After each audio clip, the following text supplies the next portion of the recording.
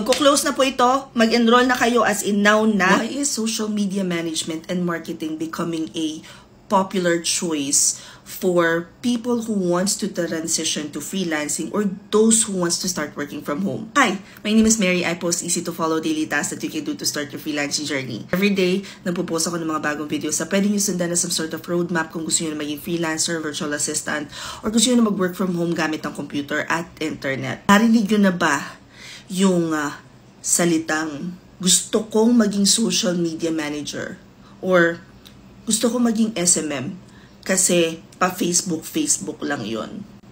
If yes, tapusin nyo tong video na to, tapos saka nyo sabihin ulit sa akin if madali nga lang ba talaga ang ginagawa ng isang SMM. Now, let's talk about the pros and cons of social media management and marketing. Sa pros, kung gumagamit ka ng Facebook, kung napanood mo to sa TikTok, kung ikaw ay marunong gumamit ng Instagram or overall, active ka sa social media accounts mo, then perhaps marunong ka na kung paano mag-engage by commenting, liking, sharing posts. And isa to sa mga ginagawa ng social media managers.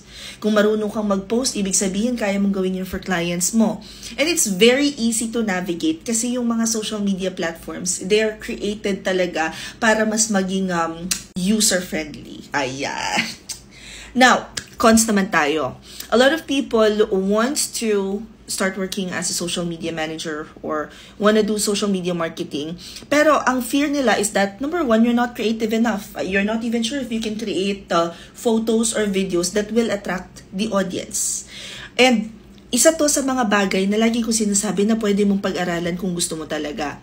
Now, remember going back, sabi ko sa inyo, merong iba't ibang skill set na pwede mong tanungin yung sarili mo kung kaya mo ba. We have admin, creative, tech, support, and sales. If ang sagot mo is marunong kang gumawa ng admin, marunong ka rin ng a little bit of creatives, nag-i-edit ka ng bahagyang-bahagyan ng photos or videos para sa sarili mong social media accounts, or may experience ka for support.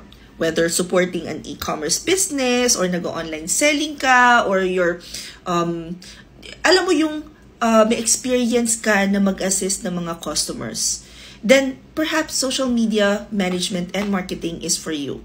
The rest would be swift, easy, just because you will learn along the way.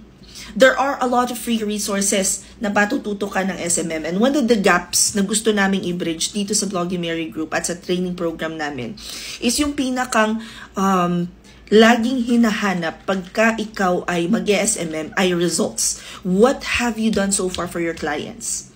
Because of that, we came up with our social media management and marketing level 3 na meron pong kasamang 2 weeks na internship where you will be working with clients' accounts na pwede nyo idagdag sa inyong portfolio. Sa Sunday ng class neto, 1 till 9 p.m. So if you guys want to join, magko-close na po talaga siya.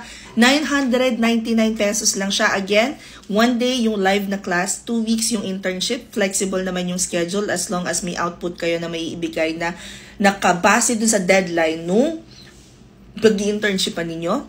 And at the same time, you'll still go through the same process. Bago kayo i-certify, you have mock interview, you have application book, you have final activity, and you have your one-on-one with me. Plus, we will review everything that you have on your application book. If you guys wanna join, click nyo lang yung link sa bio ko. Kung nasa Instagram naman kayo, alam nyo na, dyan lang siya. Kung nasa Facebook kayo, check nyo na lang yung caption. At kung sa YouTube nyo to napapanood, check nyo naman yung description box. You will then be taken to this page where you will see SMM Level 3. I-click nyo lang po yan. Oh, heads up. Ang dami nagsasabi minsan na action can't be completed. Kung action can't be completed, punta na lang kayo sa Facebook kasi nandun yung direct link ng form. Ukira? Again, this class is on Sunday na 1 till 9 p.m. Sa mga magtatanong, paano po kung hindi available sa Sunday, recorded po yung class. Bibigyan kayo ng copy after 1 to 2 days. At pagkatapos, you guys can also join the next class. Kung ma-plot na namin siya, hindi pa lang namin ma-identify kasi yung schedule namin, alam nyo na yan, matik na yan. Yung schedule namin, di namin alam pa kung fix na yung August, but we're planning on opening this as a semi-regular class that we will have kasi pasok din siya sa e-commerce namin, and yung e-commerce talaga yung isa sa mga primary industry na sinaservice ng agency namin. Ulit ko,